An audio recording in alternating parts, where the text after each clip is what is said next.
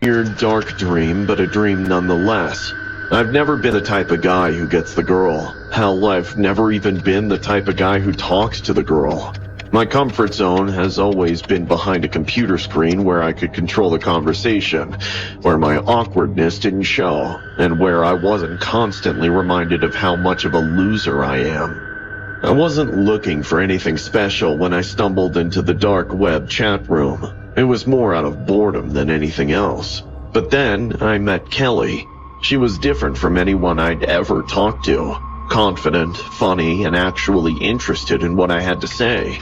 She didn't just tolerate my nerdy ramblings, she engaged with them, made me feel like I mattered.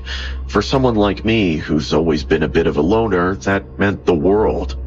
Kelly wasn't perfect. She had her issues, just like I did. She told me about her struggle with hair loss, a condition that made her feel invisible and unattractive. She said no guy ever looked at her the way she wanted to be looked at. That hit me hard because I know what it felt like to be overlooked, to feel like you don't matter. We bonded over the shared feeling of not fitting in, and before long I found myself falling for her. After weeks of late-night chats, we decided it was time to meet in person. We picked an abandoned children's park out in the middle of nowhere. It seemed perfect. A quiet, out-of-the-way spot where we could finally see each other without any pressure. I was nervous as hell, but I couldn't wait to see her. The park was even creepier than I'd imagined. The sun had just set, leaving everything in that dim, unsettling twilight where nothing feels quite real. I got there early, sat on a bench near an old, rusted swing set, and waited. The place was dead quiet, and with each passing minute, my nerves started to get the best of me. Then, I noticed him. A creepy old man sitting on a bench a little ways off. He was just staring at me. Not a casual glance, but a full-on, unsettling stare. I tried to ignore him, but it wasn't easy. I pulled out my phone and texted Kelly, asking how long she'd be. She replied that she was walking because she couldn't catch a cab. Great, I thought. Just what I needed, to be stuck here alone with this weirdo watching me.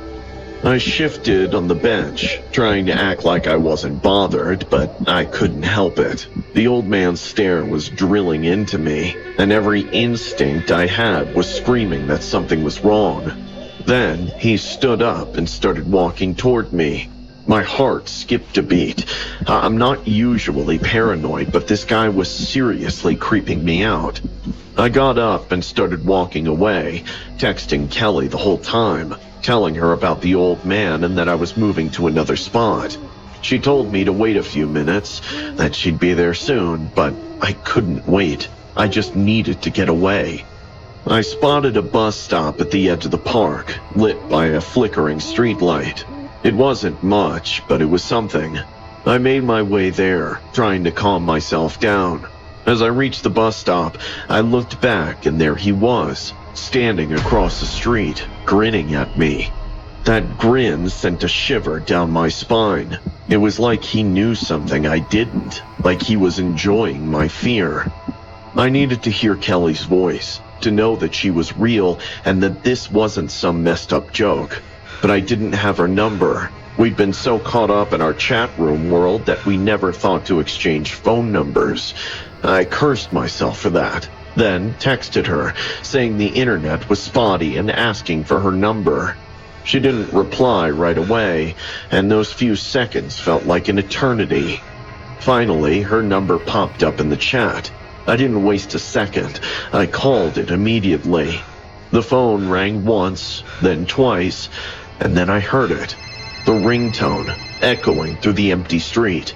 My heart sank. I looked around, but the street was deserted. No sign of Kelly. No sign of anyone. Panic set in. I looked across the street again, but the old man was gone.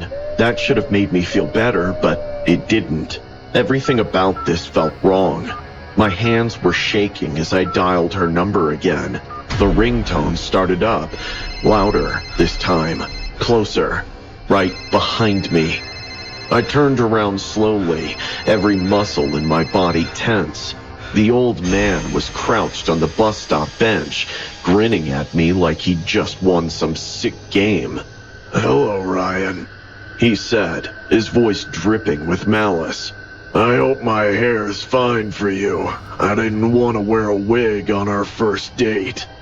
I stared at him, my mind racing to make sense of what was happening. Kelly's words, her stories about her hair loss, her vulnerability, it all came crashing down on me in a sickening realization. This wasn't Kelly. It had been him all along. He lunged at me, and I reacted without thinking. My fist connected with his face, and he stumbled back, blood streaming from his nose. I didn't wait to see what he'd do next. I turned and ran, his voice echoing after me. "Stop, Ryan! Stop! I thought you were different. I thought you loved me." I didn't stop running until I was back at my apartment, the door locked behind me, my heart pounding in my chest. I couldn't believe what had just happened. I felt sick, violated, like I'd been played from the start.